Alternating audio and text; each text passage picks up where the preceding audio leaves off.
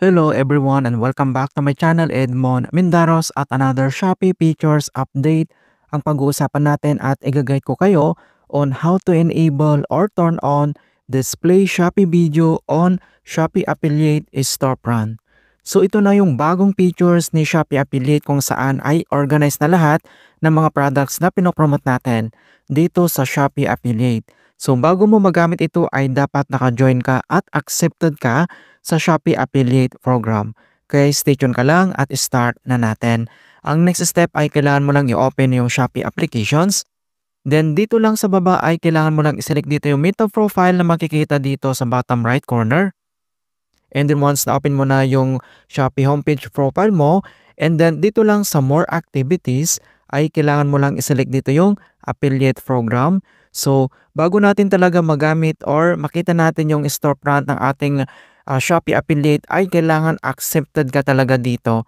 So ilalagay ko sa description box yung iba pang tutorials ko regarding dito sa Affiliate Program in Shopee.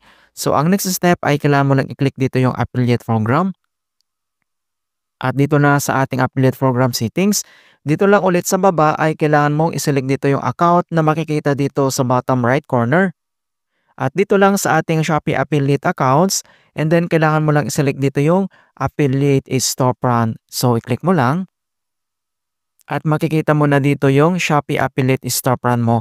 So nandito lahat yung mga products na na-add mo na dito, and then yung by categories naman, nandito lahat yung mas na-organize na mga kaibigan.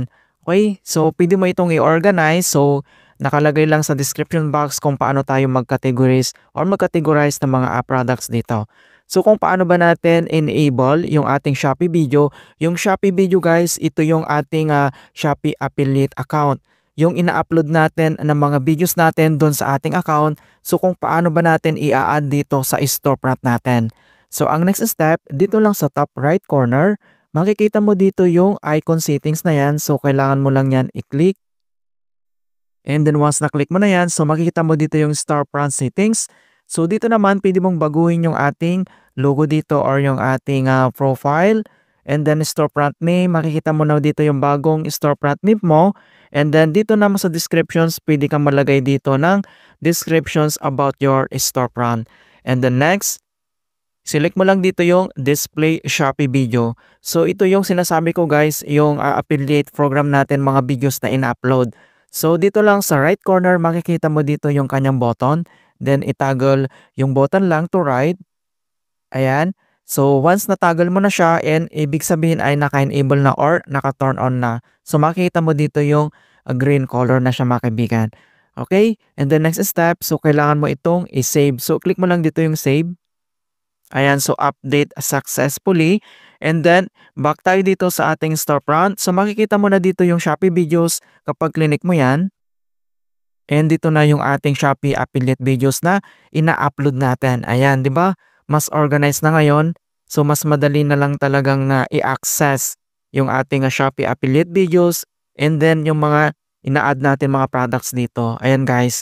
So ganoon lang po kasimple kung paano natin enable or i-turn on ang Shopee videos dito sa ating Shopee Affiliate Storefronts. And hope na nakapagbigay ako ng konting kaalaman at guide tungkol sa newest Shopee features. Thank you guys and see you in my next tutorials.